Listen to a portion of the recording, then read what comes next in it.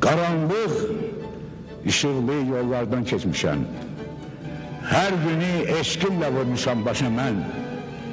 Bu yolu qəlbimin gözü ilə seçmişəm. Min gözəl arzu ilə dolmuşam yaşa mən.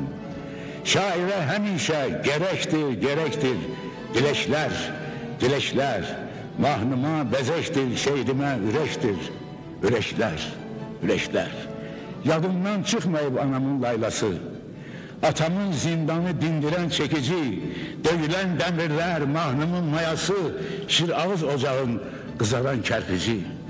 Çetindir devranı değişmək 5 günə. Gül çiçek görmedi beşiğin çarpayın, ebedi azadlı saadet eşkine, gülleler altında çalındı laylayın.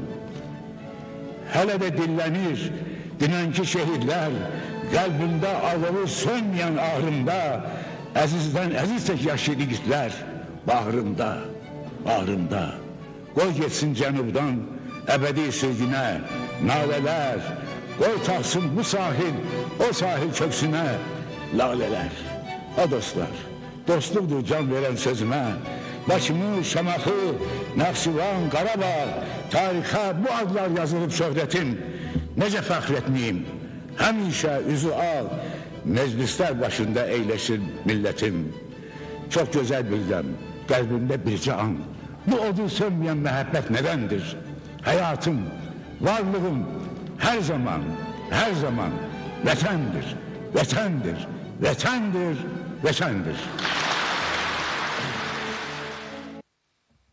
Hörmətli qonaqlar, poeziya həvəskarları, Süleyman sevərlər, əziz televiziya tamaşaçıları. Bugün Azərbaycanın ən qabaqcıl elm və təhsil ocaqlarından sayılan Azərbaycan Texniki Universitetinin bu əzəmətli akt salonunda 20-ci əsr Azərbaycan ədəbiyyatının klasiki, Sovet dövrü poeziyasının banisi, görkəmli ictimai və dövlət xadimi, sosialist əməyi qəhrəmanı, xalq şairi Süleyman Rüstəmin anadan olmasının 110 illiyinə həsr olunmuş təntənəli yubiley tədbiri keçirilir. Tədbirin burada keçirilməsi heç də təsadüfi deyil. Öncə onu vurğulamaq istəyirəm ki, Süleyman Rüstəm ilk təhsilini o vaxtlar Politexnikum adlanan indiki bu təhsil ocağında alıb. Və 1986-cı ildə ustad sənətkarın özünün iştirakı ilə onun yubiley mərasimi məhz bu salonda keçirilib və biraz öncə siz monitorda izlədiniz Süleyman Rüstəmin çıxışını və həmin o çıxış bax bu salondan, bax bu səhnədən olan bir çıxışdır. Və 1996-cı ildə Süleyman Rüstəmin 90 illik yubileyi, amma onun vəfatından sonra yenə də bu salonda keçirilmişdir. Və biz ənənəni gözləyərək 110 illik yubileyini də məhz burada keçirdik. İkinci məsələ ondan ibarətdir ki, Süleyman Rüstəm gənclik şairi idi, məhəbbət şairi idi. Və biz çox istədik ki, məhz Texniki Universitetinin gəncləri də Süleyman Rüstəm yaradıcılığına bu tədbir vasitəsilə baş vursunlar, onun Azərbaycan ədəbiyyatındakı rolundan, ümumiyyətlə Azərbaycan dövlətçiliyi tarixindəki rolundan da xəbərdar olsunlar. Süleyman Rüstəm şəxsiyyətinə münasibət heç də bir mənalı deyil. Bir az qism onu partiya komsomol şairi adlandırır, amma əksər qism içərisində mən də daxil olmaqla Süleyman Rüstəmi istiqlal şairi, alovlu şair, müstəqillik aşıqı, hürriyyət carçısı kimi səciyyələndiririk, dəyərləndiririk. Süleyman Rüstəm 1906-cı ildə martın 12-sində Bakı şəhərində anadan olub. Onun atasının dəmirçixanası indiki Akademik Milli Dram Teatrının yerində fəaliyyət göstərirdi. Və balaca Süleyman atasına kömək eləyirdi. Baxmayaraq ki, çəkici güclə alıb zindana vururdu, amma atasının güzaranını yaxşılaşdırması üçün ona əlindən gələn köməkliyi eləyirdi. Və sonradan onun yaradıcılığında bu dəmirçixana, bu zindan, bu çəkic səsləri poetik boyalarla öz əksini tapıb. Və milyonların bizim istəyimizdən asılı olmayaraq Azərbaycanda Sovet quruluşu baş verdi və çox insanın həyatında, o cümlədən də Süleyman Rüstəmin həyatında o quruluş çox böyük, mühüm rol oynadı. Süleyman Rüstəm adi dəmirçi oğlundan o dövrün bütün məsul vəzifələrində, bütün tərtiflərinə layiq görülmüş, 1938-ci ildən Ali Sovetin ilk çağırışından etibarən ömrünün sonuna qədər 51 il müddətində deputat kimi fəaliyyət göstərib və 18 il Ali Sovetinə, yəni indiki parlamentə sədrlik edib. Süleyman Rüstəm xoşbəxt şairlərdəndir. Niyə?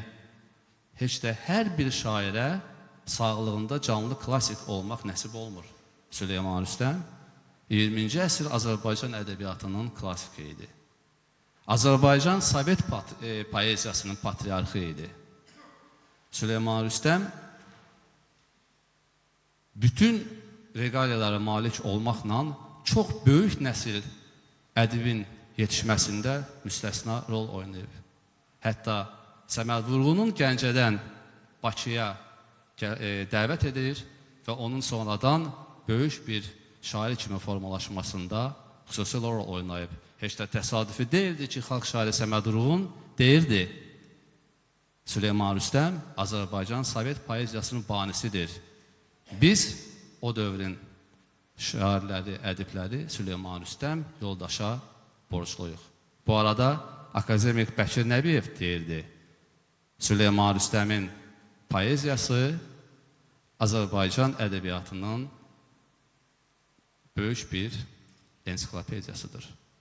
Süleyman Rüstəm Azərbaycan ədəbiyyatına təkcə şair kimi yox, nasir, dramaturg kimi də daxil olub və onun qəzəlləri, lirik şeirləri, satirik şeirləri çox böyük məna kəsb edən bu əsərləri Azərbaycan ədəbiyyatının ən dəyərli sənət incilərindən hesab olunur.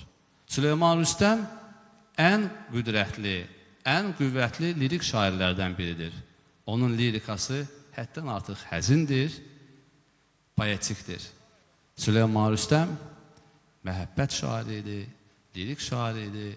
Onun lirikasına, onun qəzəllərini çox gözəl musiqilər bəstələnib. Zamanəmizin çox böyük sənətkarları, Zeynəb Xanlarova başda olmaqla digər müğənnilərimiz, Niyazi, Üzeyir Hacibəyov kimi böyük bəstəkarlar başda olmaqla digər əksər bəstəkarlarımız Süleyman Rüstəm şeiriyyatına müraciət edərək gözəl sənət əsərləri yaratmağa müvəffəq olublar. Mən Süleyman Rüstəm şəxsiyyətinə böyük hörmət nümunəsi göstərərək 30 il ərzində bu böyük ustadın irsini araşdırmışam, tədqiq eləmişəm. Onun haqqında bir neçə mənim televiziya filmi yazılıb, dərc olunub, radio verilişi hazırlanıb və onun 110 illik yubileyinə mənim bu yaxınlarda çıxan Nəğmələrdə Döyünən Ürək adlı kitabımdır ki, mən istədim ki, məhz Süleyman Rüstəmə öz borcumu verim. Və xüsusilə Cənub mövzusundan deyəndə, Nərman müəllim, Şəhriyarla yazışmasını unutmaq olmaz. Çünki Şəhriyarla yazışması məktublarla, bu özü bir ayrıca bir yaradıcılıq silsiləsidir. Və hamımız bilirik ki, vətənin ikiyə bölünməsində hamımız Arazı suçlandırırıq.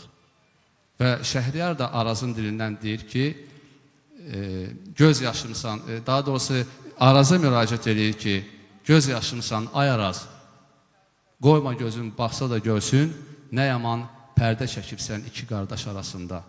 Amma Süleyman Rüstəm Arazın dilindən cavab verir. Yox, yaranmamışam mən göz yaşından, göyərçin dalğalı Arazdır adım. Ay ellər, qardaşı qan qardaşından ayıran ayırdı, mən ayırmadım. Süleyman Rüstəm bununla vurğulayırdı ki, məni günahlandırmayın, yəni Arazı. Gedin kim ayırıb onları. Yəni əslində burada sətiratı bir məna var idi ki, Süleyman Rüstəm bunu deyirdi. Süleyman Rüstəm bütövlükdə vətənini sevən bir şair idi.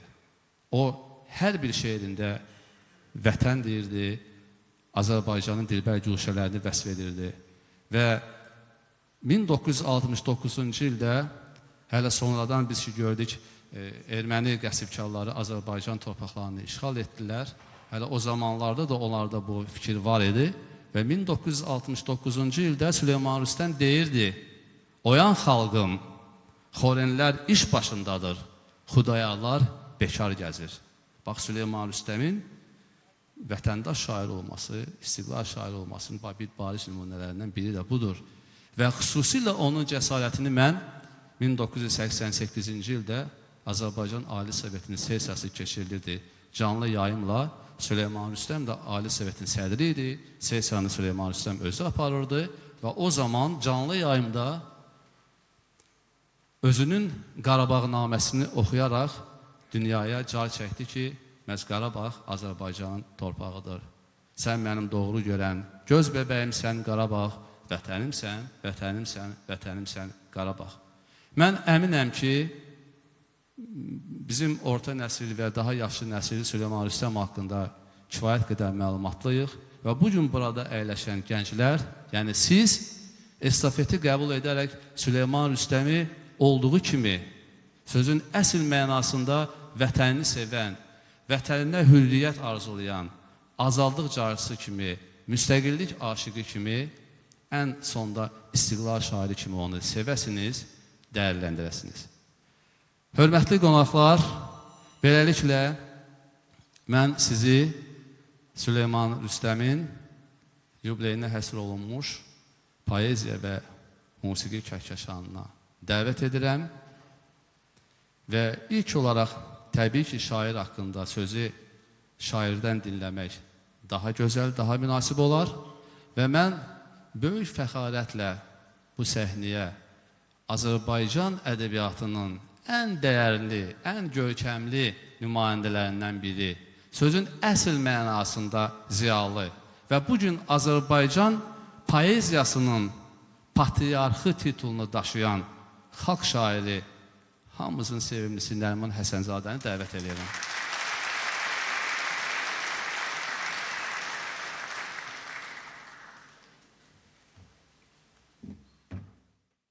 Süleyman Rüstəm çox böyük şairdir, böyük ilhamlı şairdir. Mən görmüşəm Süleyman müəllim. Mənim haqqımda da yazıbdır Atabəylər piyesin barədə. Səfərlərdə olmuşuq, Moskva səfərlərindən də.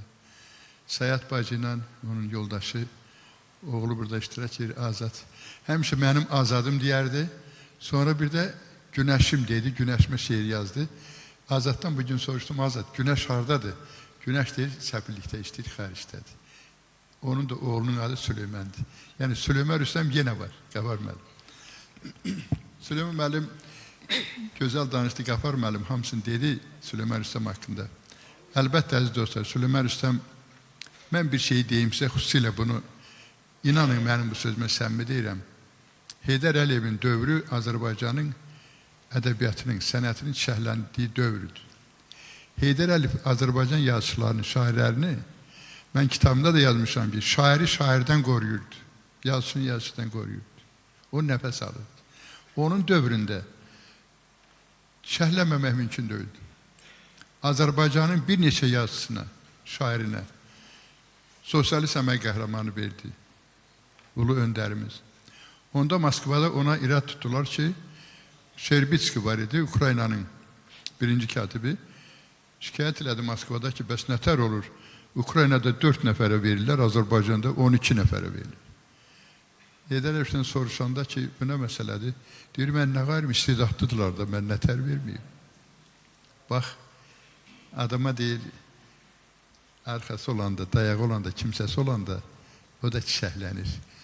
Çiçəyə, gülə də su verməsən, o da quruyacaq, o çiçəklənirdi.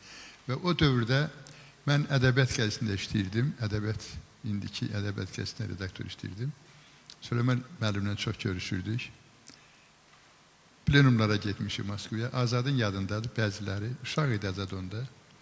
Süleyman müəllim kimi, əziz dostlar, zarafatçıl, lətifə danışan, adamı güldürən və gənclərlə oturub duran adamı Süleyman Rüstəm.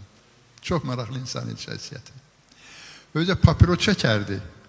Azadın yadındadır mı? Papiro çəkərdi. Qətiyyən içəri çəkməzdi. Papirozu bax belə, əli beləydi bax belə. Deyim, Süleyman müəllim, nə çox papiro çəkirsiniz? Deyir, yox, Nəriman, Maksim Gorki də papiro çəkirdi. O da belə içəri çəkmirdi, alıb bıraxırdı. Qəribə detallar vardı Süleyman Rüstəmdə. Mən Qaçaq Nəbidə də Süleyman müəllimlə olmuşuq, tamaşaya baxmışam. Yaşlar İttifaqında dəfələrlə görüşmüşük. Mən həmişə hörmət görmüşəm. Süleyman Rüstəm böyük şairdir, çox böyük şairdir, inanın buna heç şübhəniz olmasın. Və bağlanın, bütün şair, ədəbiyyatımızı siz sevməlisiniz, əziz dostlar. Mən sizə minnətdarım bildirəm ki, bu Texniki Universitet fərqlənir, poeziya sevməkdə, şairlərlə görüş keçirməkdə, mən özüm də olmuşam burada. Və hamısı bizimdir. Mən indi Süleyman Rüstəmlə söhbət gedir. Elə bilirəm ki, Süleyman Rüstəmlə bugünkü görüş, Səməd Turunla görüşdü, Rəsul Zeynlə görüşdü, Nəbi Xəzirlə görüşdü. Bizim o dövrün görkəmli sənətkarları, nə bilim, Süleyman Rəhimovla görüşdü, Mehdi Hüseynlə görüşdü, İsmail Çıxınla. Hamısı gəlib gözümün önündən keçir. Bunlar bir idi, vahid idi. Süleyman Rüstəm oduydu, alovuydu, əziz dostlar. Hər yaşda alovuydu. Bir dəfə qalstuk bağlamışdı. Qalstukun hamısında 80 hərfi yazılmış. Deyim, Süleyman müəllim, bu nədir? Deyirlər, belə gedək görək nə varıq belə. Zarafatla, mehribanlıqla, inanın. Mən hər görüşümdə sevinmişəm onunla, açığı deyirəm. Süleyman müəllim gənclərə doğrudur ki, böyük kömək eləyirdi. Onun o cənub şeirləri, satirik şeirləri, Süleyman müəllim həyatda özü gələrdi Yazı Şətvanı Qəfar müəllim. Yazı Şətvanında həmişə keçərdi o sədrin yanında bir yekə stul olardı, orada əyləşərdi. Təkcə Ali Sovetin sədri deyildi. Yazı Şətvanında da çox mötəbər bir insan idi. Süleyman müəllimi görəndə bəzən ona Süleyman müəllimlə bu mənada kömək istəyirdi ki, bizim sözümüzü desin. Süleyman müəllim də yenə deyirəm, olduqca zarafatçıl idi. Bax, belə görüşlərimiz olubdur, şeirlərimi oxumuşam, şeirlərini çap eləmişəm. Heç vaxt Azad, sənin atanı narazı salmamışam oğlum. Ədəbiyyat gəzini işləyəndə, inanın.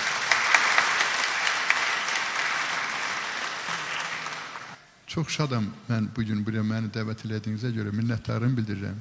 Süleyman Rüstəm unudulmazdı. O nəsil, ondan sonra gələn nəsil, o biri nəsil. Mən məndən soruşanda görürəm ki, bunların hərəsi bir cürə yaxşı idi, inanın.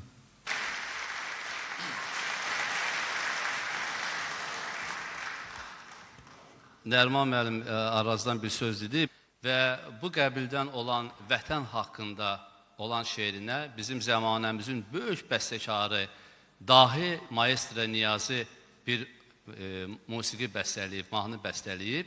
Onu bugün sizin üçün Azərbaycan Akademik Opera və Balet Teatrının solisti, əməkdar artist Fərid Əliyev ifa edəcək. Buyursun.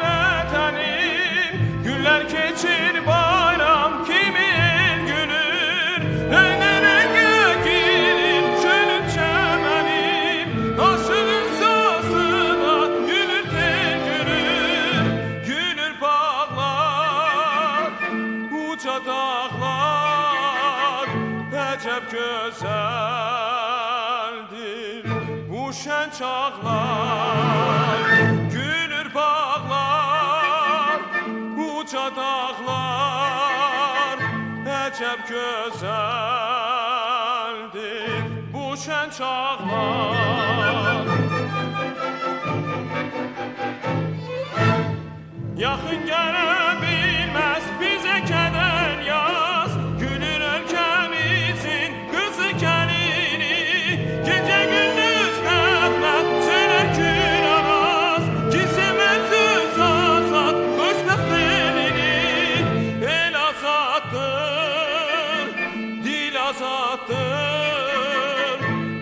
Azad sazlarda tel azattır, el azattır, dil azattır. Azad sazlarda tel azattır.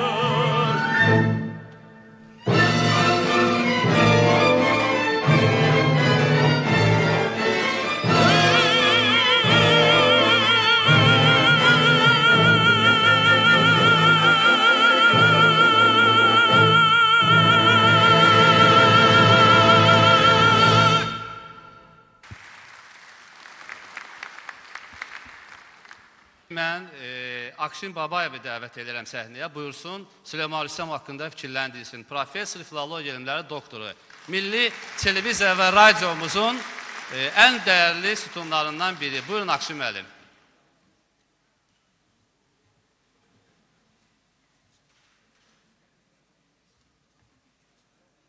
Gəl Bitmət hanım. Təşəkkür edirəm Havar müəllim. Sizə, rektorluğa, burada toplaşanlara ki, məni bu gözəl məclisə dəvət eləmişsiniz. Bundan əvvəl bir məclis olmuşdu. Zəng eləyib mənə dedilər ki, Akşin, sən də iştirak eləməlisən. Soruşdum, kimlər olacaq? Saydılar, Nərman müəllimin də adını dedilər. Nərman Həsənzad. Mən zarafat yana dedim ki, sən Allah ona axırda söz verin ki, biz bir şey danışaq da. Çünki Nərman müəllim danışandan sonra da sözümüz qalmır, biz söz deyə bilmirik.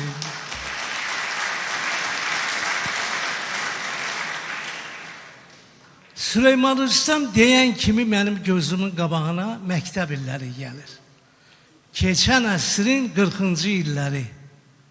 İndi mənim 80 yaşım var, onda balaca uşaqdım, məktəbdəydim.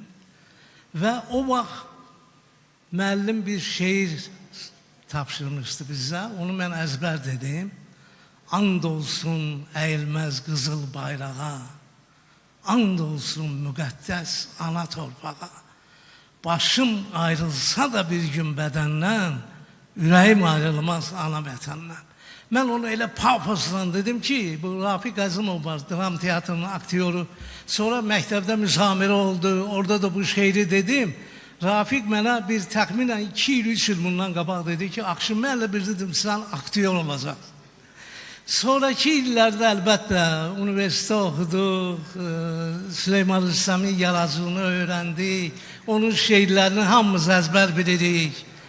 Onun poeziyasında elə misallar var ki, onlar belə qızılı hərflərlə yazılmalı. Sən kəsə bilməzsən mənim dilimi, dilimin rişəsi ürəyimdədir. Dostunam söyləyib sıxma əlimi, gözüm məndə deyil, çörəyimdədir. Görün nə qədər yüksək səviyyədə, elə bil ki, hər misra bir qurğuşundur. Sonra belə oldu ki, mən universitet qutardım, gəldim radyo və müxbir oldum. Evlərə gedirdik, görüşürdük, bilmirəm indi niyə elədir. Qabaq bizi, məsələn, Süleyman Rüstəmin evində mən olmuşam, Bülbülün, Niyazinin, Fikrət Əmirovun və başqalarına, Allah Allah, bizi necə qarşılayırdılar, bizi süfrə başına dəvət edirlər, oturur, elə bir ki, evin adamıydıq biz.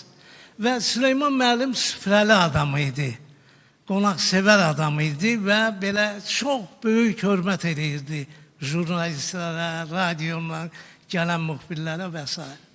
Sonra indi taleydi, illər keçdi, mən Azərbaycan Radyosuna başçılıq elədim. O illərdə Süleyman müəllimi studiya dəvət edirdik, səsini yazırdı. Sonra mən də Ali Sovetdə işlədim, özdə kimi ilə işlədim? Azad Rüstəmzadə ilə. Mən mətbuat xidmətindəydim, mətbuat katibiydim.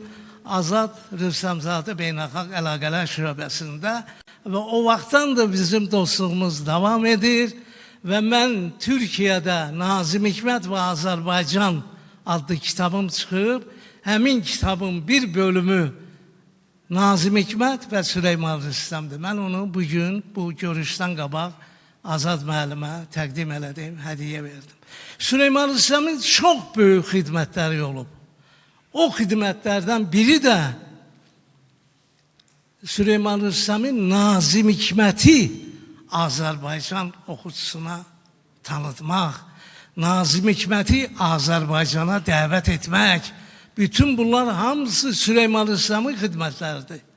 Və təsəvvür edin ki, Nazim Hikmətin ilk kitabı Türkiyədə deyil, Bakıda çap olunur. Günəşi içənlərin türküsü. Həmin kitabın da redaktoru Süleyman Rüstəm olmuşdu. Və 26-27-ci illərdə də Maarif və Mədəniyyət məcmuəsində Nazim Hikmətin şeirlərini çap edirdi Süleyman Rüstəm.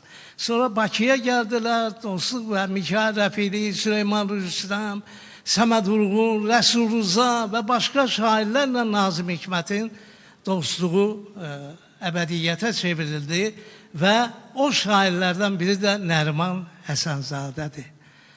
Nazim Hikmət Nəriman Həsənzadəyə oğlum deyirdi və Nəriman Həsənzadənin oğlunun da adı Nazimdir. Bunlar təsadüfi deyil. 90-cı illərdə mən radio başçılıq etdiyim illərdə Qaragürovçular Süleyman Rüstəmə, Səməd Vurğuna, Rəsul Rızaya qarşı hücumlara başladılar. Ki bunlar komünist şeyləri yazıblar və s. və axıra 9 mayı əlimizdən aldılar, başqa nə bilim bayramları ki belə olmaz, güya bunlar millətçidirlər. Nə yaxşı ki, bayaq Nəriman müəllim deyən kimi, nə yaxşı ki bizim ulu öndərimiz Heydər Əliyev hakimiyyətə qayıtdı və iyun ayının 15-ini biz hər il Qurtuluş günü kimi qeyd edirik. Bu həqiqətən Qurtuluş günü idi. Və təxminən 3 gün bundan qabaq televiziyada Heydər Əliyevin çıxışına mən baxdım. Orada bu cümlələri dedi ulu öndərimiz. Azərbaycan poeziyasını Səməd Vurğunsuz, Rəsul Rızasız və Süleyman Rüstəmsiz təsəvvür etmək mümkün deyil. Təşəkkür edirəm Akşin müəllim, təşəkkür edirəm. O gün bir meclisdə gəldik üzdən. Bu eşqi pinhanı tanımadım. Ayları, illəri sənsiz keçirən könlü pərişanı tanımadım. Yuxulu illərim oyandı yenə. Sanki ilk gəncliyim qovuşdu mənə. Nə deyim, nə deyim, nə deyim sənə? Oduğa yananı tanımadım mı? Bir zaman dilimdə, sözümdə səndin. Gecəli gündüzlü gözümdə səndin. Ürəyimdə səndin, özümdə səndin. Üstünə heyranı tanımadın mı? Sənin üçün mənası yoxdur, bəlkə də. Az çox tanıyan var məni ölkədə. Bilir ki, mən kiməm? Cansız kölgə də. Sən bu Süleymanı tanımadın mı?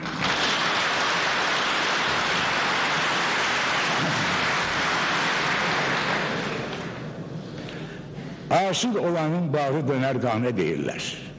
Ateşdə yanan aşıqə pərvanə deyirlər. Dost aşnanı övdən baxıb ətrafına köllüm. Hər addımı eyli canana deyirlər. Aç qəlbini canana göstər ki inansın, bilsin nə deyirlər, ona əfsanə deyirlər. Ey nazır nigar, sən mənim eşqim, həvəsimsən. Eşq ateşidir, can verən insana deyirlər. Mən fəxr edirəm, çünki əleyhində nə varsa, sən tək gözələ, gözləri ceylanə deyirlər. Məndən sənə ey gül, nə deyirlərsə inanma, səndən də yarım gündə Süleymanı deyirlər.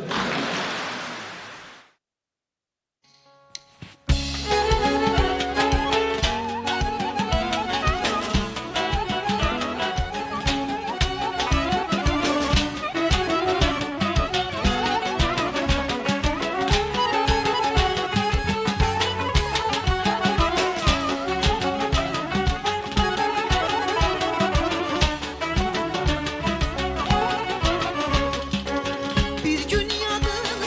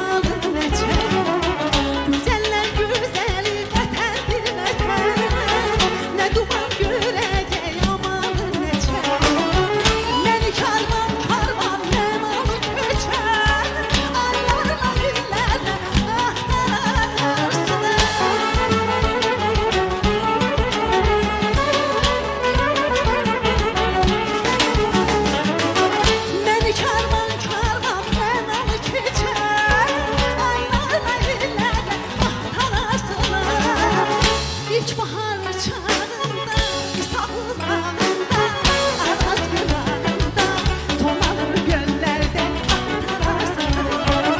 İlk bahar çağında, İstanbul'da, Aras kırağında, sonalı göllerde aktararsın. Aktararsın, aktararsın, sonalı göllerde aktararsın.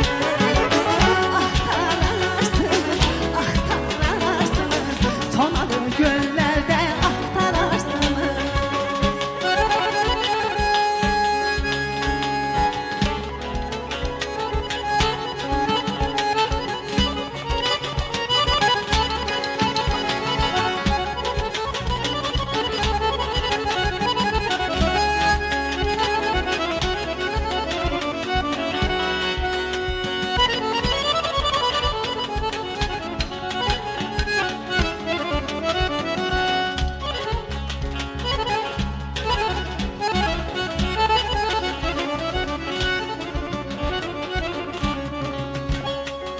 Ey vətən, torpağın əzizdir mənə. Ey vətən, torpağın əzizdir mənə. Mən səndə tapmışam səadətimi. Könüldən nəğmələr qoşmuşam sənə. Çevirib bayrağa məhəbbətimi. Gözümü dünyaya açanlar için, gözümü dünyaya açanlar için, anamı görmüşəm, səni görmüşəm, əhdinə.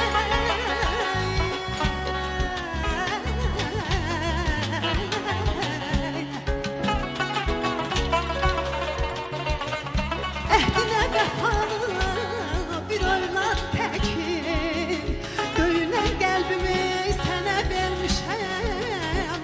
Ay aman,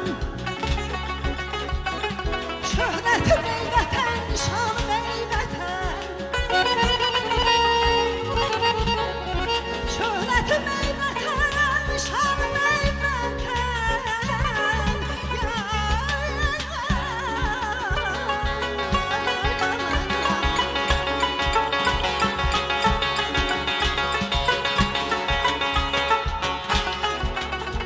Şöhrətim ey vətən, şanım ey vətən.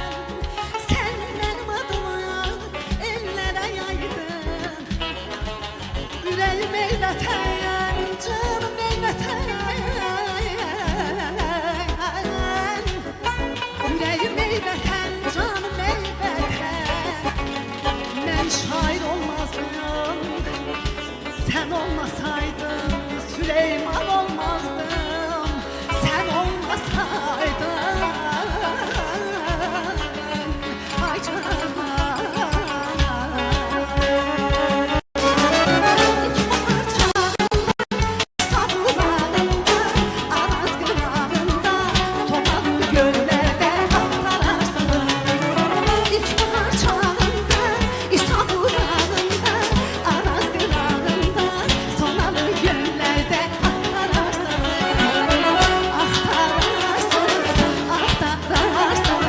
Sonalı göllerde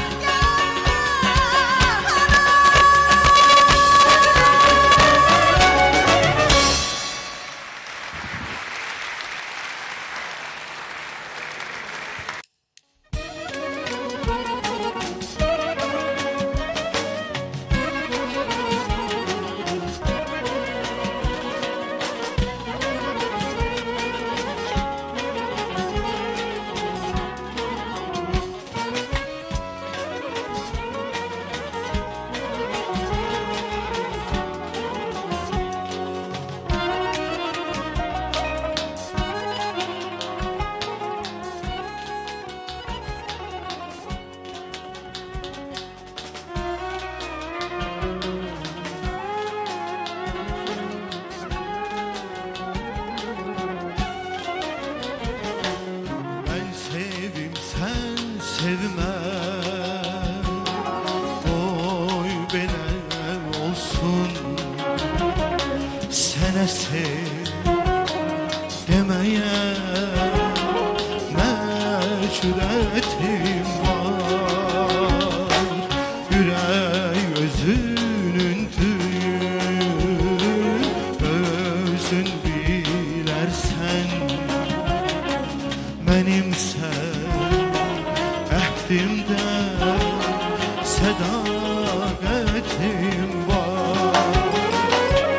Mən tək sevən hanım səni dünyada,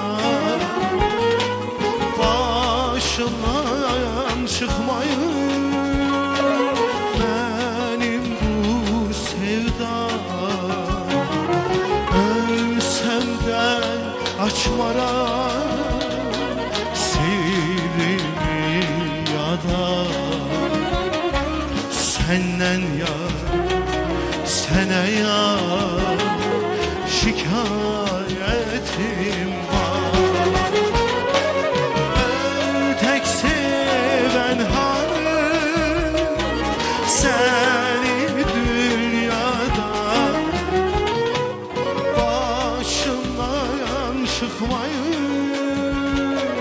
benim bu sevda. Ölsem de açmaram sirrimi yada. Senden yar, sene yar şikayetim var.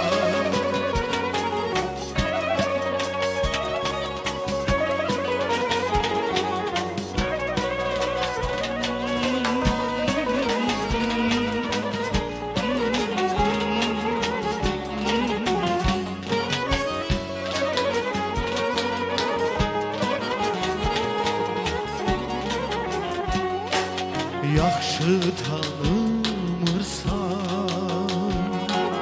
beni hələ sən. Yar saldın aşıqı dildən dilə sən. Neyləyim mən belə səndən eləsən. Üzümlü məhəbbətim var. Mən tək sevən hanım səni dünyada, başımdan çıxmayın mənim bu sevda. Ölsəm də açmaram sirrimi yada. Səndən yar, sənə yar şikayətim var. Mən tək sevən hanım səni dünyada, başımdan çıkmayın benim bu sevda. Ölsem de açmaram sirrimi yada. Senden yar, sene yar şikayetim var. Senden yar, sene yar şikayetim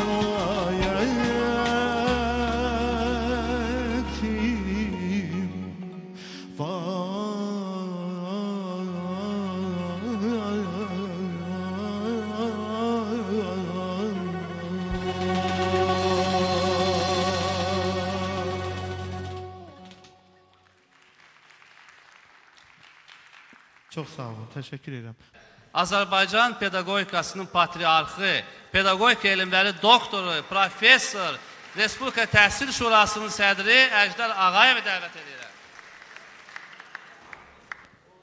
Azərbaycan ədəbiyyatının nəhəngi, Azərbaycan vətənpərvərliyinin banisi, Təbrizi ürəklərdə möhkəmlədən, sevdirən, Təbriz güllərini, ellərini, çiçəklərini bayraq eləyib hər yana yayan və arazımız vasitəsilə bizi ayıranlara öz misraları ilə ateş açan böyük bir şairin yubileyini burada keçirirsiniz, ona şərait yaratmışsınız və bizi də Süleyman Rüstəm işığına toplanmışsınız, eyni zamanda öz ətrafınıza toplanmışsınız.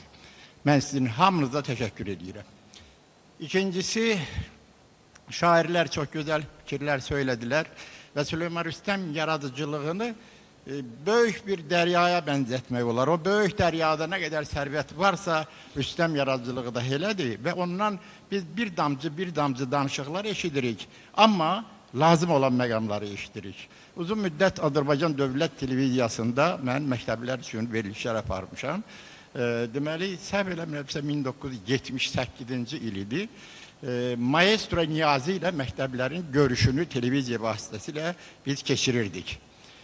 Senaryoda da hazırlanmışdı, onda indi kimi deyildi, elə kim çıxsın, nə düşünsün, onu danışsın. Onda senaryo vardı, nezarət vardı, redaktör vardı, hər şey hazırdı.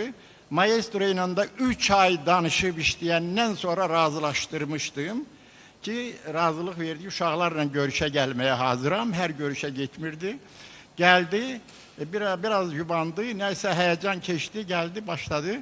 Senaryodan əsər əlamət qalmadı. O, elə maraqlı məqamlara toxundu ki, mən məhtəl qaldım. Sonra bu sədr mənə nə deyəcək, müavin mənə nə deyəcək, bir məqam nə idi?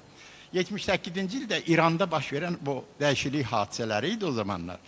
O dedi ki, Fransada Senanın sahilində, çayın sahilində gəzirdik. Mən idim, Nazım Hikmət idi, Louis Aragon idi, Pablo Neruda idi. Dünyanın ən böyük, möhkəm, belə sözü olan, şöhrəti olan, nüfuzu olan insanlar. Birdən Nazım bəy dedi ki, gəlin öz ana dilimizdə şeir deyək. Mən deyir, Təbrizim şeirini dedim. Sənin çiçəyinə, gülünə qurban. Mənə qardaş deyən elinə qurban. Vətəninə qurban, elinə qurban. Təbrizim, Təbrizim, aman, Təbrizim. Çəkilsin başından duman, Təbrizim. O qədər hərarətlə dedi. Maestro Niyazinin gözəl də tembirli səsi vardı. O qədər hərarətlə dedi ki, uşaqlar heyran qaldılar maestronun bu sözünə və şairin sözünün təsirliliyi o ifadədə 10 dəfə qüvvətləndi. Ona görə də şeirin təsirliyində aktyorların çox böyük rolu var və mən onu nədə, hansı cəhətlə xarakterize eləmək istəyirəm? Həmin bu bir neçə bənd dedi təbii ki, o şeirdə maestro özünü əlbəttə təqdim eləmişdi. Uşaqlar onu tanıyırdılar. Hətta bir tələbə, şagird onun şəklini də çəkirdi, axırda ona təqdim elədi. Amma o Təbrizi tanıtdı. Vətənini, çiçəyini, gülünü, elini tanıtdı və həmin orada iştirak edən uşaqlardan çox-çox illər sonra neçəsi mənə rast gəlib. Deyib ki, Əjdər müəllim, nə yaxşı maestro Niyazi ilə görüşdürdün. Süleyman Rüstəmin Təbrizim şeirini o zamandan əzbərləmişəm, elə hey deyirəm, uşaqlarıma da deyirəm, başqalarına da deyirəm. Və sözü keçirirəm, şair var, yaradıcılıq var onun təbliğinə, onun öyrədilməsinə, tərbiyədə vasitə kimi istifadə edilməsinə. Mən bu sahə üzrə mütəxəssisəm və Süleyman Rüstəm yaradıcılığı yalnız pedaqoji təhlillə demirəm, poetik olaraq öyrənilərək ən güclü tərbiyə vasitəsinə malikdir. Ən güclü. Ona görə də mən düşünürəm ki, Süleyman Rüstəm yaradıcılığının o özünün qirayətindən başqa, onun müasir səviyyədə, yəni müasir duyğular, anlamlar səviyyəsində güclü tədqiqinə ehtiyac var. O tədqiqatçılar gəlir onu tədqiq eləsinlər, təbliğ eləsinlər. Və dərsliklərdə vaxtı ilə ana və poçtalyon vardı, Təbrizim vardı və s. və s. Mən dərsliklərin müəlliflərini Səməd Vurğun, Rəsul Rıza, Süleyman Rüstəm kimi və digər böyük sənətkarların yaradıcılığının bugün də nümunələrini nəsillərə çatdırılmasını istərdim. Bəzən yenilik hülyasında olub, tamam elə mövzu, nə bilim, bəsit mətinlər salırlar ki, heç kəsi heç nə tərbiyə eləmir. Əgər dünənimizi öyrənməsək, bugünümüzü başa düşmərik. Bizim dünənimiz Süleyman Rüstəmdir, Vurğundur, Rızadır və başqalarıdır. Mən elə canlı klassiklərimizi demirəm. Nərimanı Nəriman tanıdır. Mən yaza-yazanda Nərimanlaşım. Və digərləri. Ona görə də mən əlimdə bir kitab var. Bunu Qafar Əskərzadə hazırlayıb. Nəğmələrdə döyünən ürək. Süleyman Rüstəmin nəğmələri buradadır, notları ilə, sözləri ilə və s. Mən Qafar təşəkkür edirəm. Bu əsas vasitədir. Bir var, kimsə oxusun, necə başa düşdün? Sən istiqamət verirsən. Yazanı kimdir, oxuyanı kimdir, notu kimdir? Bax, bu tədris üçün çox əhəmiyyətlidir. Mən sizin vaxtınızı almaq istəmirəm. Hamınıza təşəkkür edirəm və buradan əlbəttə Süleyman Rüstəm yaradıcılığını vurğunuyam. Elə o vurğunluqla da, o hisslə də inşallah başqa bir şey gedəcəm. Sağ olun. Təkrarsız müğənnimiz, əməkdar artist Mətanət İskəndərlini dəvət edirəm.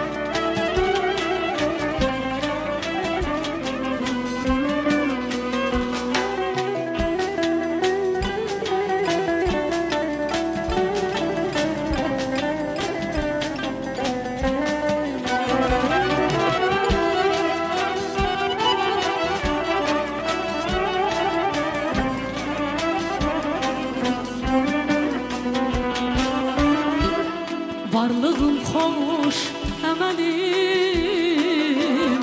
güllü baharım sənsən. Varlığım xoş əməlim, güllü baharım sənsən. Bu yürək sözlərimə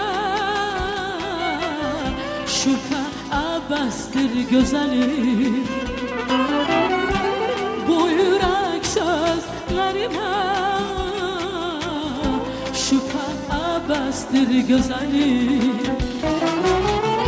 Sevməyirsənsə əgər, gəlmə uzaqdan, gəlmə uzağa, gəlmə uzağa.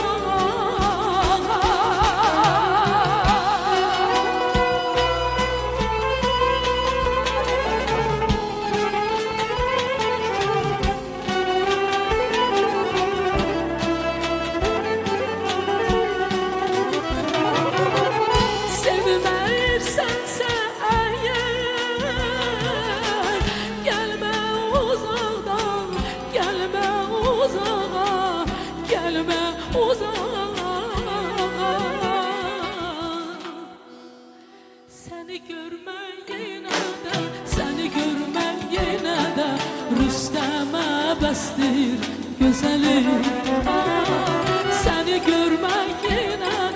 Səni görmək yenə də Rüstəmə bəsdir gözəlim.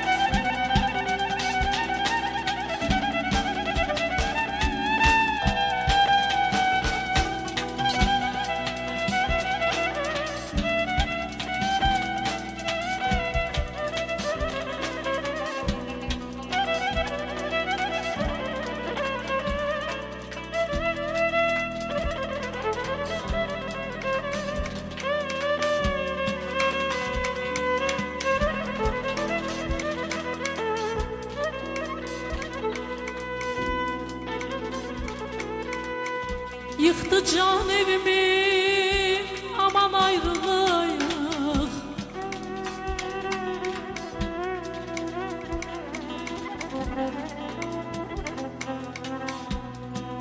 Yıktı can evimi,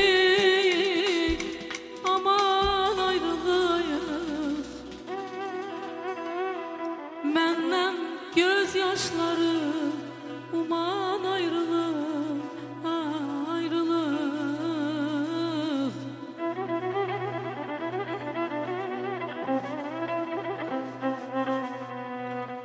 Dağ sənin əlindən, dağ sənin əlindən, aman ayrılıyıq. Dağ sənin əlindən, aman ayrılıq, ayrılıq.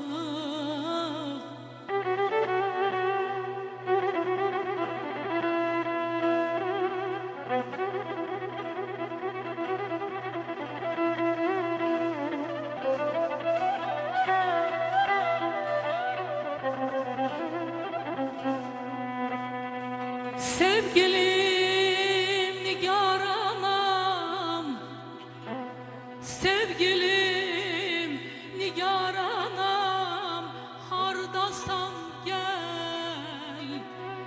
Mən yenə əvvəlki Süleymanayam, gel.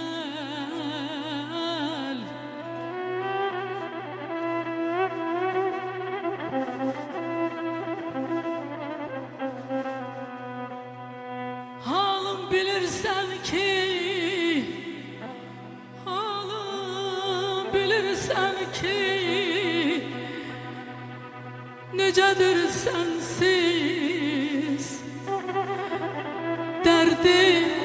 Dərdim heç bilmirəm, neçədir sənsiz. Gündüzüm gözümdə,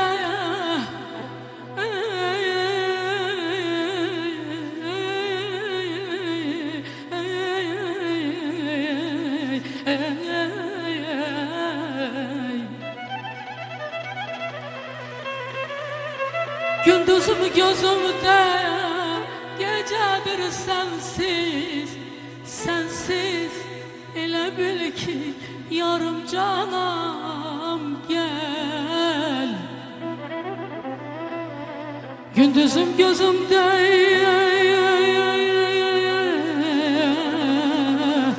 gecedir sensiz, sensiz. Elə bil ki yarım canam gel.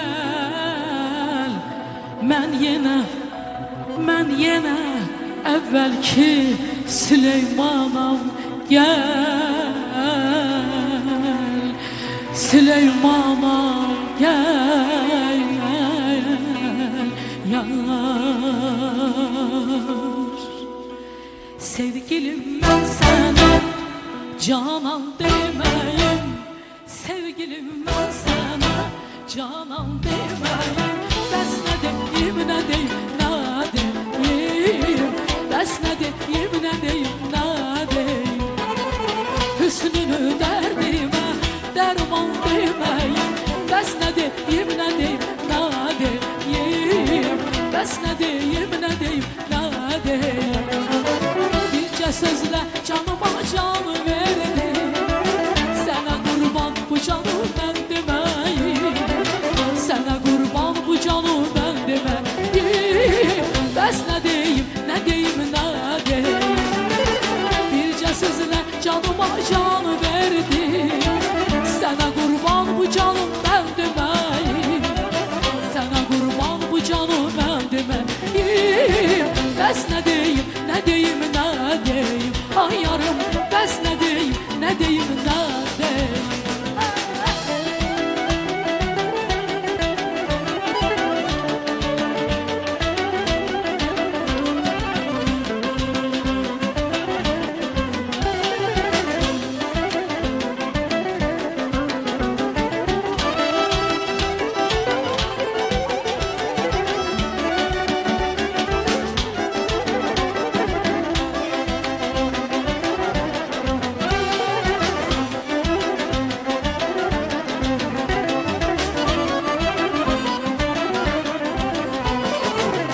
Dikilimi yoluna həsrətlə gözlərim. Olmasın ortada hicran deməyim. Bəs nə deyim, nə deyim, nə deyim. Sən canınsan ciğerim, gözəlim sən gözəlim. Özümə bəxt ver insan deməyim. Bəs nə deyim, nə deyim, nə deyim. Yox mənim başqa gözəllərdə gözüm. Sənin icranına mən necə dözüm. Sənə qurban bu Süleyman deməyim. Bəs nə deyim, nə deyim, nə deyim. Yox mənim başqa gözəllərdə gözüm. Sənin icranına mən necə dözüm. Sənə qurban bu Süleyman deməyim. Bəs nə deyim, nə deyim, nə deyim. Ah, bəs nə deyim, nə deyim, nə deyim. Yox mənim başqa gözəllərdə gözüm. Sənin icranına mən necə dözüm. Sənə qurban bu Süleyman deməyim. Bəs nə deyim, nə deyim, nə deyim.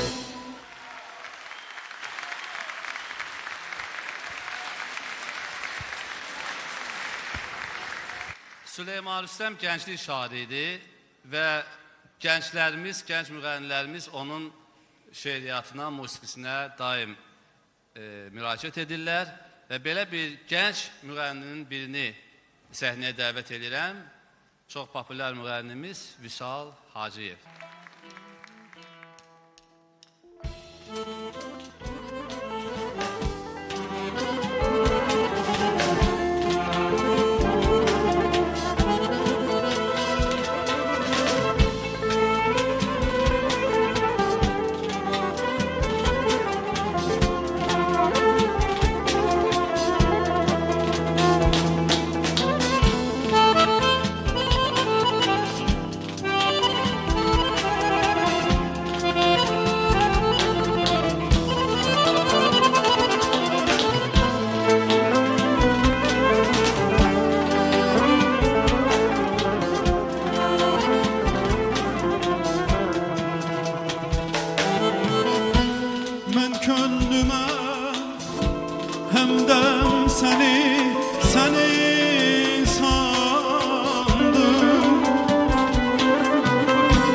Saymaz yana keçdi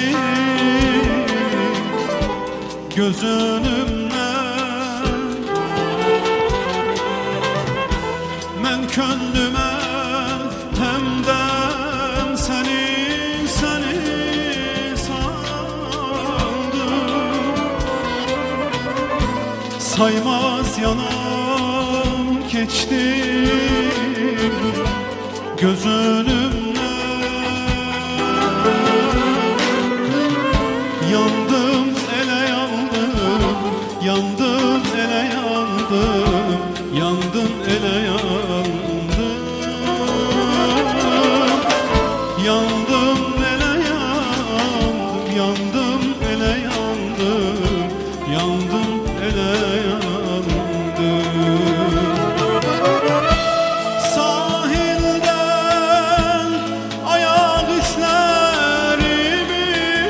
var.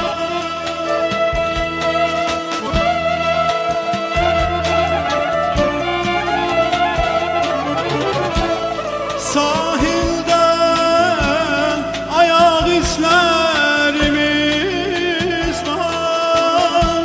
Sen eşkine, sen eşkine and içtin o yerde. Sen eşkine, sen eşkine and içtin o yerde. Her kelimene, her sözüne bu kalbimle inandım. Yandım ele yandım, yandım ele yandım, yandım ele yandım.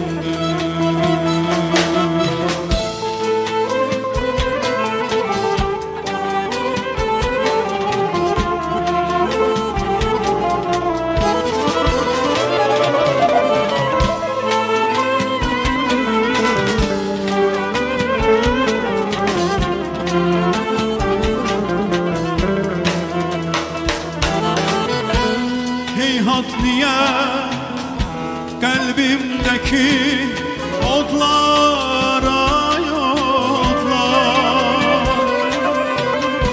sönmür yine sönmür, yine sönmür. Heyhat niye kalbimdeki odlara yodlar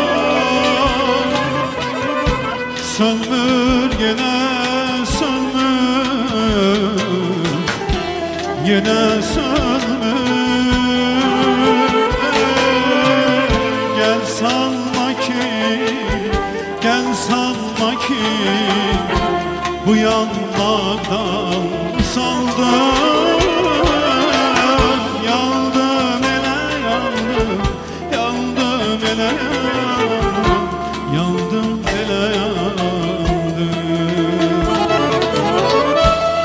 Sahilden ayak izlerimiz var.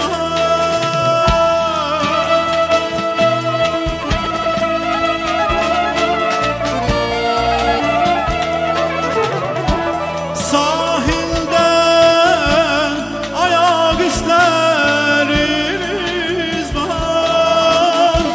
Sen eşkine, sen eşkine and içtin o yerde. Sen eşkine, sen eşkine and içtin o yerden. Bilmedin sen kadrimi ey nazlı canan, bilmedin. Çektim min dert min cefa hicrində bu can, bilmedin.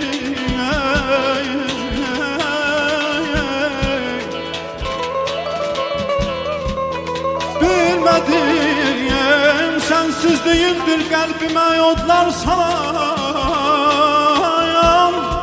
Bağrımı da Dağlar çeken hicran bilmedim aman ey.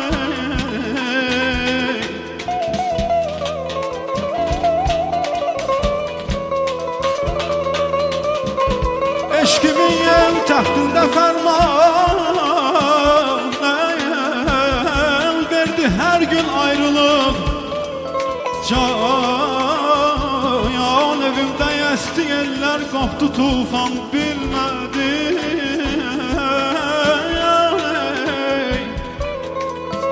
ot tutup geldim kenardan gelmedin hiç halıma bilmedin sensiz deyip gülmez Süleyman bilmedim can yandım ele yandım yandım ele yandım yandım ele yandım yandım ele yandım yandım ele yandım yandım ele yandım yandım ele yandım yandım ele yandım yandım ele yandım yandım ele yandım yandım ele yandım yandım ele yandım.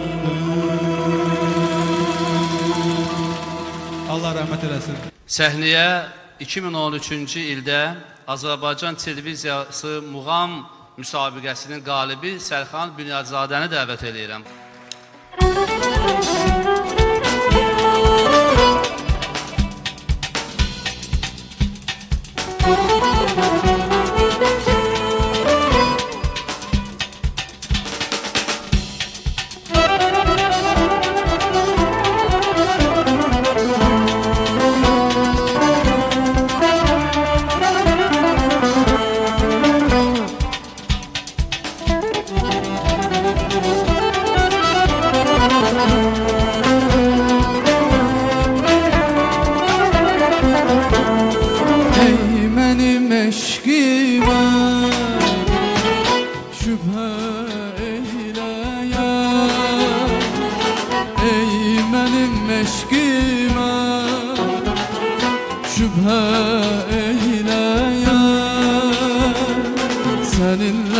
Seninledir birce inan yüreğim Seninledir birce inan yüreğim Seni yanlar ile gülen görende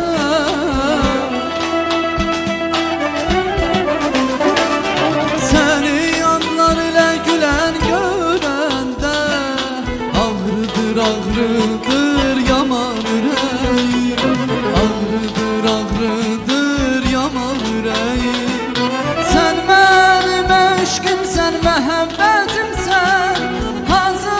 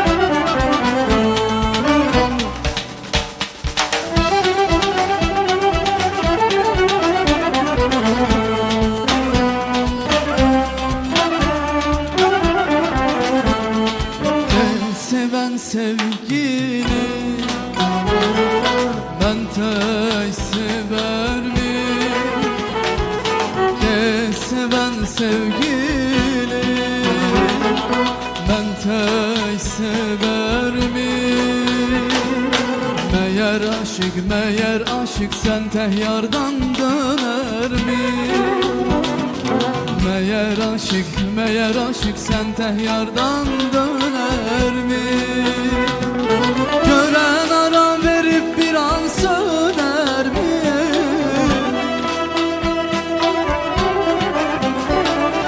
Gören ara verip bir an söner mi?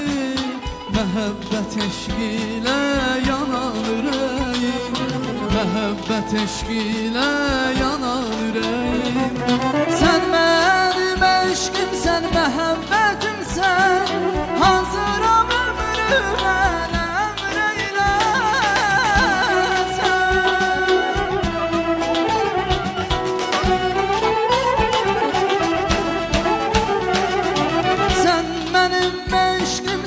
Mehemmetimsen, hazıram ömrüme ne emreylesen. Vefalı yar bir gün seni görmezsem, vurar birden bire vurar yüreğim. Vefalı yar bir gün seni görmezsem, vurar birden bire vurar yüreğim. Vurar birden bire vurar yüreğim. Sana yüz verse keder, meclise cananı çağırır.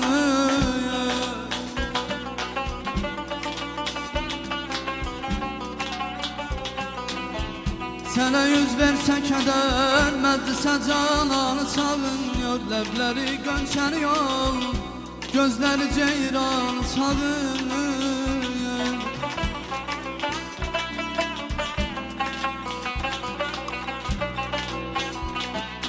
Söndüreyim bilmeyeceksen yine eşkin olduğunu.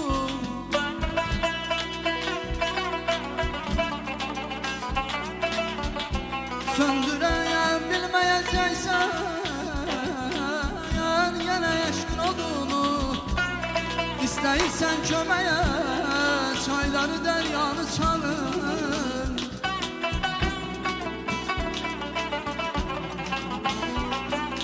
Sağlar bende müsal ile bu hicran yarası.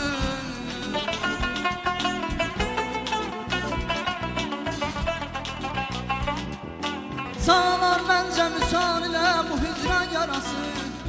Zəhmət nə təbibi nədən olmanı çağırır.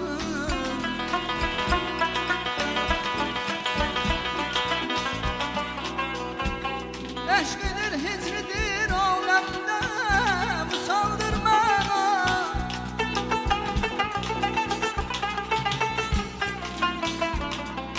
Eşqidir, hicridir aləmdə müsaldır mənə. Varsa şübhə bunun isbatına dünyanı çağırır.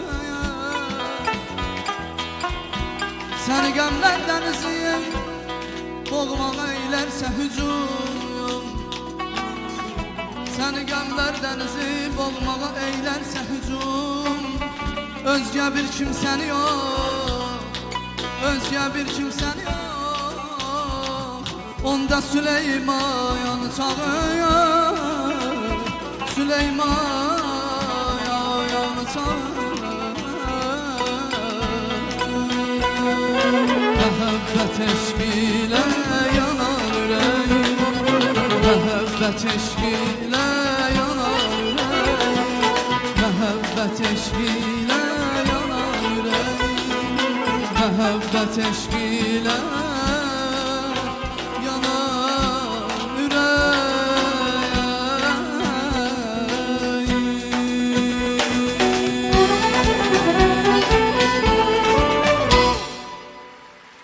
Çok sağ olun, var olun. Ayrılığından nece görkönlü perişan oldum. Gözü iller uzunu yol çeken insan oldum. Bir zamanlar koca Təbriz'de şehirler yazdım. Doğma kardeş gibi min eve mehman oldum. Bir güzel vardı o sahilde, Züleyha'ydı adı. İlk bakıştan ben onun hüsnüne heyran oldum. Başıma yadlar elinden kara taşlar yağdı. Yaralardan üreği bağrı kızıl kan oldum. Göz yaşımla sıvarıp derli vatan torpağını, kara güller bitiren bağlara bağban oldum. Ben o sahilde nişan koydum ayak izlerimi. Başılı hem de ki Təbrizli Süleyman oldum.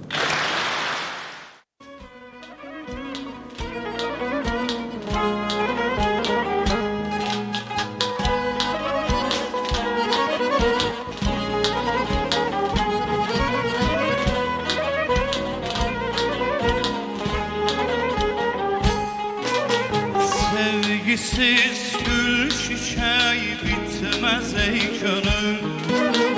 İnsan muradına yetmez ey gönül. Sevgisiz gül çiçeği bitmez ey gönül.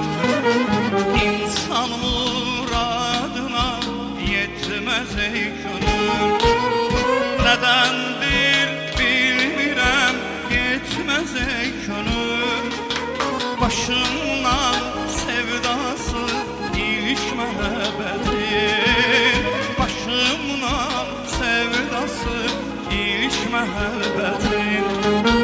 Bu dərdən eyləsin olmanın əli.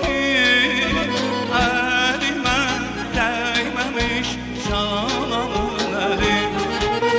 Döndü qapımızı hicranın əli. Budur vəfası ilk məhəbbətin. Budurmu vəfası ilk məhəbbətin.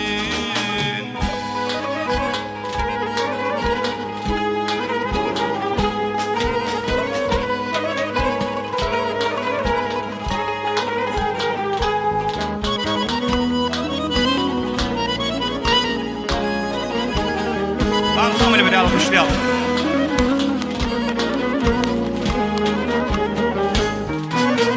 Ben onu sevmişəm bir ilk baharda.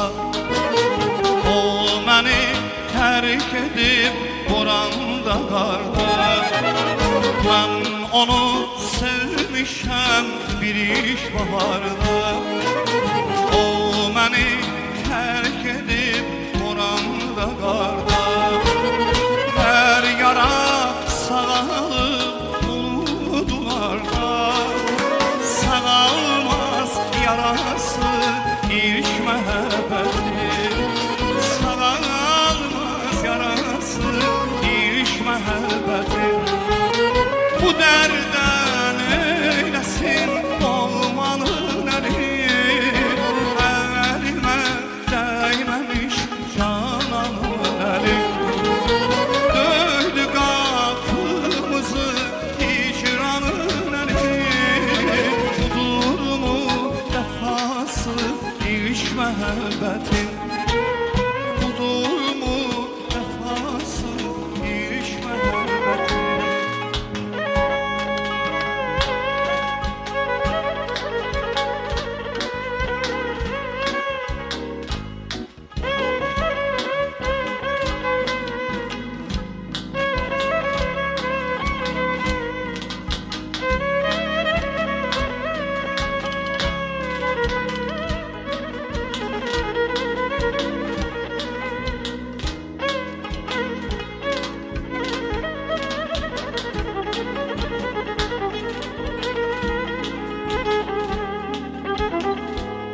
Məhəbbət bir bəladır ki, yoxdur onun dərmanı.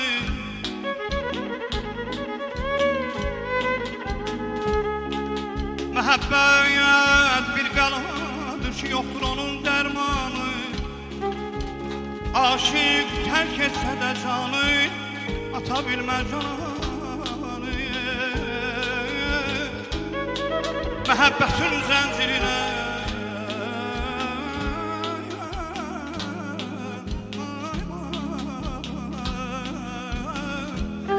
Məhəbbətin zəncirinə bağlananlar hər gecə salar zülfün həlqasına qəlbimdəki həlqanı. Ay onun bəla şamanını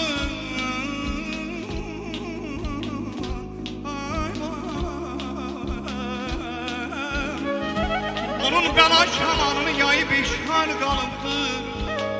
Ürəyimin sağ yeri yox, yaralıya peykanı. Özü məni rüsva edib, öz mənə deyir ki, özü məni rüsva edib, öz mənə deyir ki, ey Süleyman, sus ki deyir şikayətin zamanı. Ay, aman, ay, ay,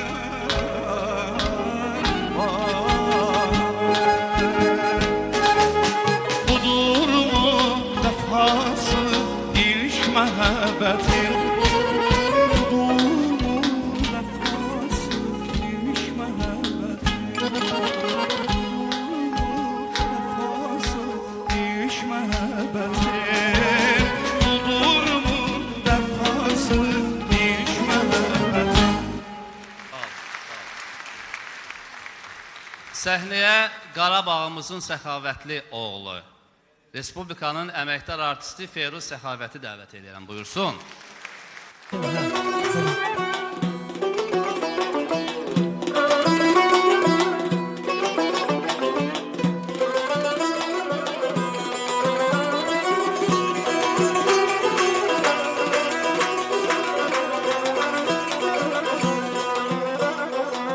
Eşqin bahar çağı, əlində çiçək, pəncərəmdən mənə baxdın çəkildin. Eşqin bahar çağı, əlində çiçək, pəncərəmdən mənə baxdın çəkildin. Göründü biraz, budur mu vəfa? Sevgili canım, baxdın çəkildin, canımı yuda yaxdın çəkildin. Ay qız sən mənə baxdın çəkildin. Eşqin göydə, mən ürəyimdə, bir şimşək kimi çaxdın çəkildin. Pəncərəmdən mənə baxdın çəkildin. Könlümü yoda yaxdın çəkildin. Göründü biraz, budur mu vəfa? Sevgili canım, baxdın çəkildin, canımı yuda yaxdın çəkildin. Ay qız sən mənə baxdın çəkildin.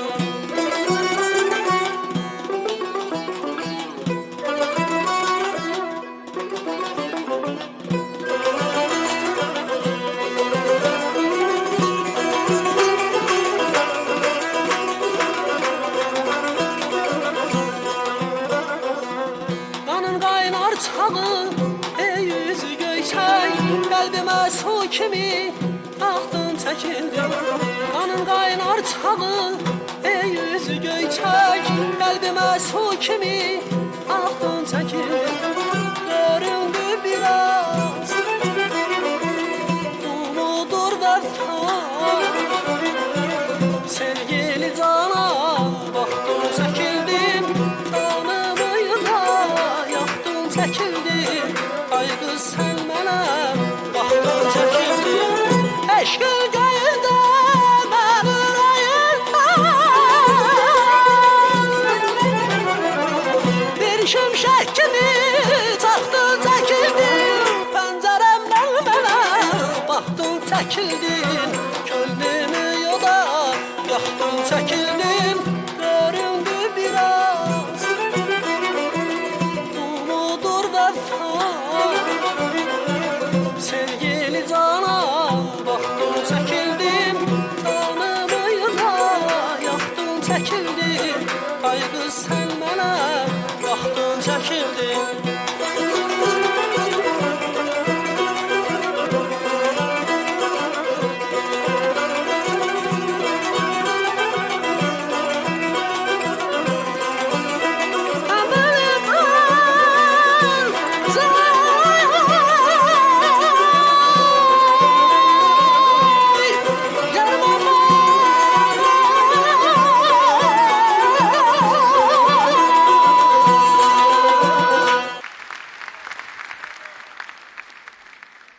Gənc müğənni Zəka Zeynalov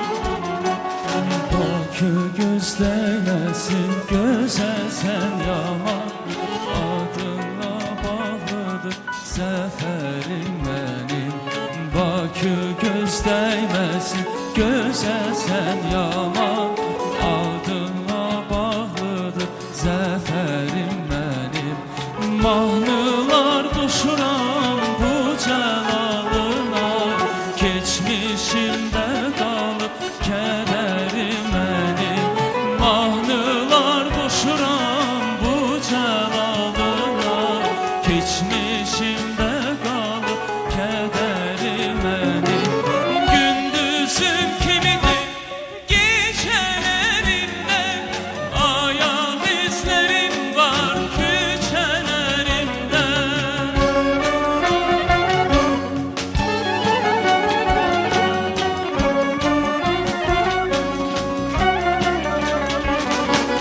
Gündüzüm kimidir gecələrimdə Ayaq izlərim var küçələrimdə Olsam da dünyanın mən hər yerində Sənsiz açılmayıb səhərim mənim Olsam da dünyanın mən hər yerində Sənsiz açılmayıb səhərim mənim Şeirim sən, mahnımsan, sözüm sən Bakı Mənim uzaq görən gözüm sən Bakı Canım, ciğerim sən, özüm sən Bakı Sayıq keşiçindir nəzərim mənim Öz mavi aynamdır xəzərim mənim Öz mavi aynamdır xəzərim mənim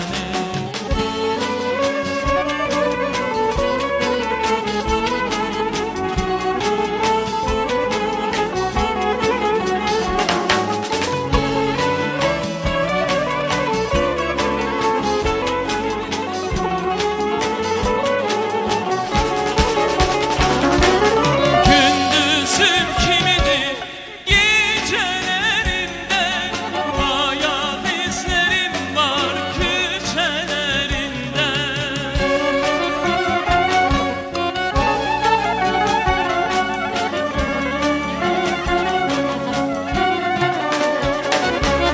Gündüzüm kimidir gecələrimdə Ayaq izlərim var küçələrimdə Olsam da dünyanın mən hər yerində Sənsiz açılmayıb səhərim mənim Olsam da dünyanın mən hər yerində Sənsiz açılmayıb səhərim mənim Canımsan, mahnımsan, sözümsən Bakı Məni uzaq görən gözüm sən Bakı Canım, ciğerim sən, özüm sən Bakı Sayıq keşiçindir nəzərim mənim Öz mavi aynamdır xəzərim mənim Öz mavi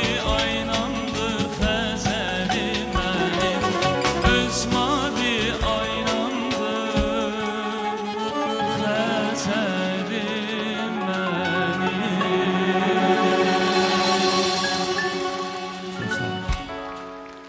Səhnəyə gənc müğənni Elşən Cəfərzadəni dəvət edirəm. Buyursun.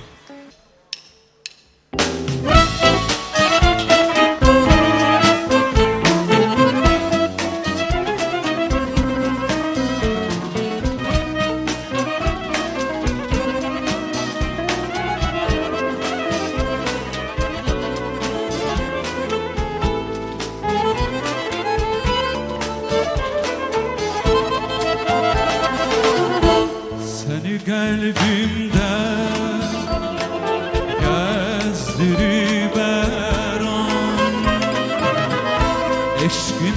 görmesin dediğim icran. Ala gözlü yarım benimki sen bildin. Senin eşkinden ayaman ağladım güldüm, ağladım güldüm. Gülebilmez gülüm, bahar sensin. Yüreğim ot tutup yanar sensin.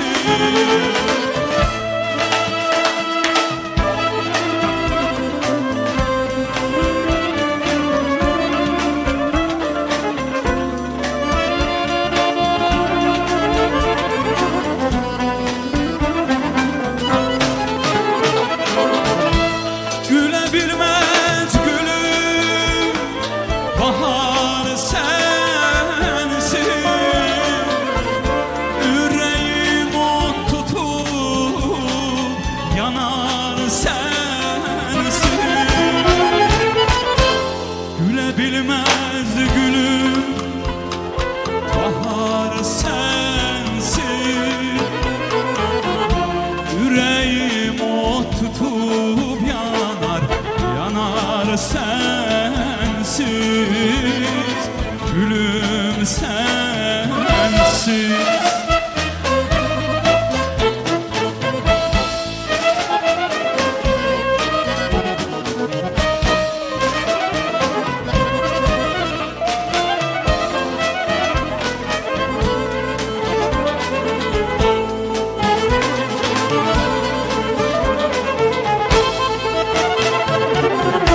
Dönmerem hiç sözümle ey canan.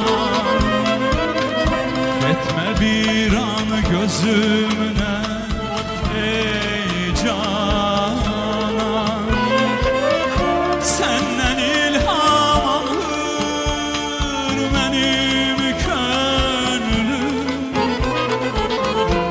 Meleğimle gülüm ayırmaz ölüm, ayırmaz ölüm.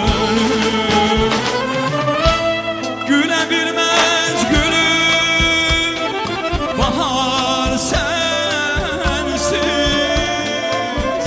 Yüreğim ot tutup yanar sensiz.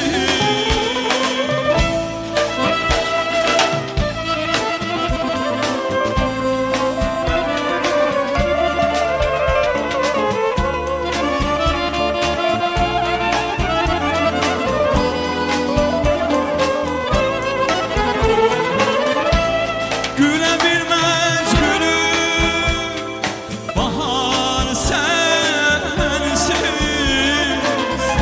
Yüreğim ot tutup yanar sensiz. Gülebilmez gülüm, bahar sensiz. Yüreğim ot tutup yanar, yanar sensiz. Gülüm sensiz, yanar sensiz. Gülüm sensiz.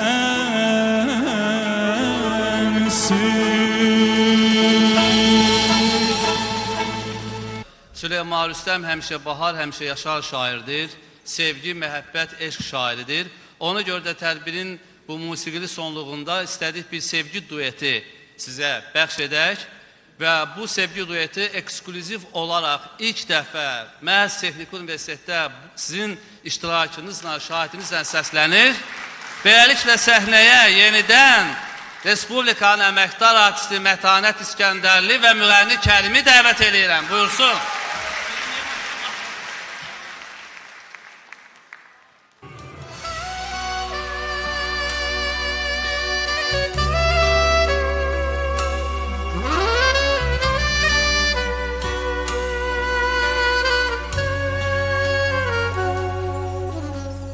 ötür, günlerim aya dönür.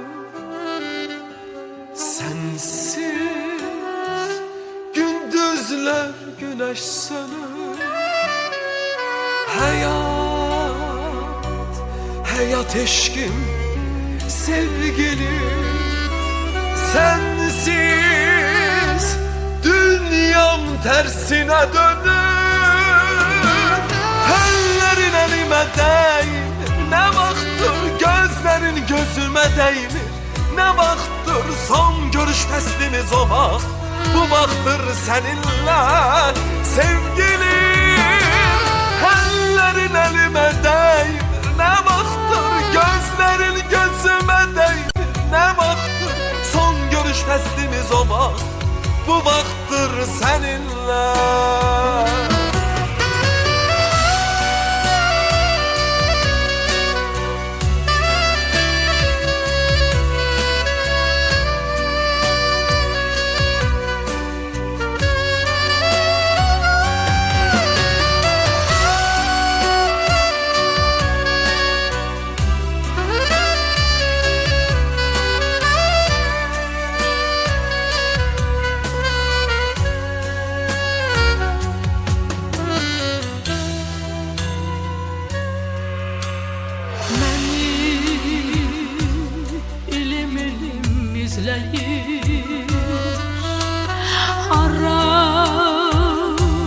Hara baxsa gözlərim,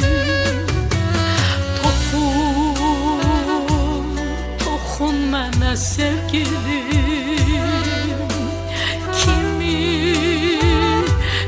Kimi əzizləyim, əllərin əlimə dəymir. Nə vaxtdır gözlərin gözümə dəymir. Nə vaxtdır son görüş fəslimiz o vaxt, bu vaxtdır səninlə sevgilim. Əllərin əlimə dəymir. Nə vaxtdır gözlərin gözümə dəymir. Nə vaxtdır son görüş fəslimiz o vaxt, bu vaxtdır səninlə. Əllərin əlimə dəymir. Ne vaxtdır gözlerin gözüme değmir. Ne vaxtdır son görüş fəslimiz o vaxt, bu vaxtdır seninle sevgilim. Əllərin əlimə dəymir. Ne vaxtdır gözlerin gözümə dəymir. Ne vaxtdır son görüş fəslimiz o vaxt, bu vaxtdır seninle sevgilim. Sevgilim.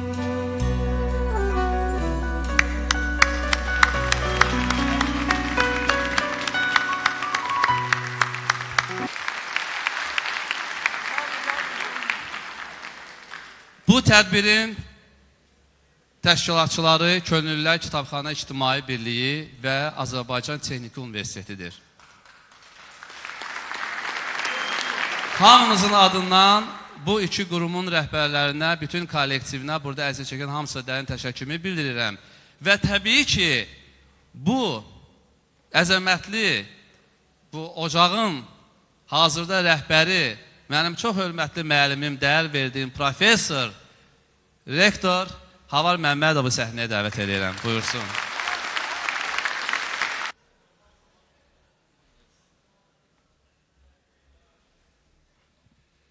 Hörmətli qonaqlar, əziz tələbələr, çox gözəl bizim musiqiçilərimiz. Mən ilk öncə sizin hamınızı salamlayıram. Bu sözün əsl mənasında bir poeziya günüdür. Sözün əsl mənasında bir toy bayramdır. Düzdür, görkəmli şair, publisist, böyük ictimai siyasi xadim, hamımızın sevimlisi, xalqımızın sevimlisi, yadına çıxmayan Süleyman Rüstəmin 110 illiyinə həsr edilib. Bugün mən sizə bir qeyd etmək istəyirəm, bu tələbələrimizə deyilə. Üz tutub deyirəm ki, belə tədbirlər çox böyük əhəmiyyət kəsb edir. Bunlar gənc nəslin tərbiyəsində, vətənpərvərlik, Süleyman Rüstəmin hərbi vətənpərvərlik ruhunda tərbiyəsində xüsusi rol oynayır. Və biz də bu tədbirin təşkilatçıyıq, bir ev sahibi kimi biz indi texniki məsələlərlə məşğul olmuşuq. Amma doğrudan da Qafar müəllimin çox böyük əziyyəti var. Ümumiyyətlə Qafar müəllim bu gün hamıya aydın oldu. 30 ildən çox bu insan Süleyman Rüstəm yaradıcılığı ilə məşğuldur. Və bu gün Qafar, sən bizim məzunumuzsan. Həqiqətən mən bugün qərara gəldim, sənlə fəxr etmək lazımdır. Mən hamınıza təşəkkür edirəm.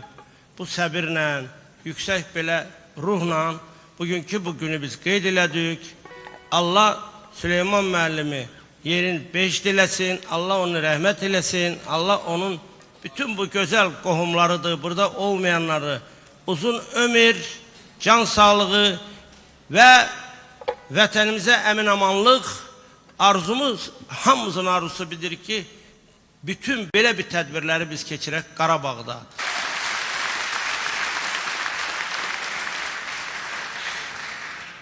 Süleyman müəllimin, belə deyək, böyük müəllim, Süleyman müəllimin ruhu bugün xoşdur ki, müstəqil Azərbaycan istəyirdi. Müstəqil Azərbaycan var. Daha da xoş olacaq ki, biz Qarabağımıza qaydaq və belə tədbirləri orada keçirək. Sağ olun, təşəkkür edirəm. Bütün musiqiçilərimizə öz təşəkkürümüzü edirəm. Müğənnilərə uğurlar arzulayıram. Çox sağ olun, Havar müəllim. İndi mən məmnuniyyətlə sözü Süleyman Rüstəmin varisi, filologiya elmlər namizədi Azad Rüstəmzadə verirəm. Azad müəllim, buyurunuz.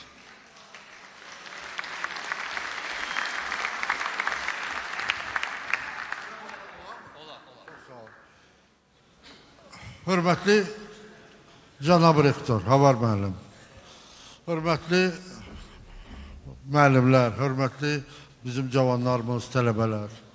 Mən çox şadam ki, atamın bu 110 il münasibəti ilə bu keçirilən tədbir sizin texniki universitetdə keçdi.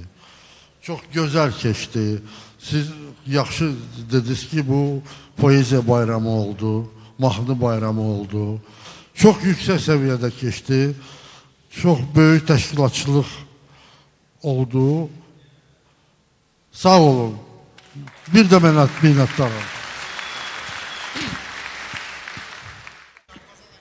Hörmətli qonaqlar, hörmətli Süleyman sevərlər, hörmətli poeziya həvəskarları. Bugün sözün əsl mənasında burada ədəbiyyatımızın, incəsənətimizin, bütövlükdə mədəniyyətimizin təntənəsini sizinlə birlikdə qeyd etdik. Əziz televiziya tamaşaçıları, mən əminəm ki, bizim bugünkü poeziya və musiqi kəhkəşanı, Süleyman Rüstəm yaradıcılığını daha da milyonlara çatdıracaq, onun əbədi yaşar olmasını bir daha sübut edəcək. Və sonda Süleyman Rüstəmin sözləri ilə fikrimi tamamlayıram. Bədnam əcəl öz kəmına yetməsə, 10 il sonra görüşərik bu yerdə.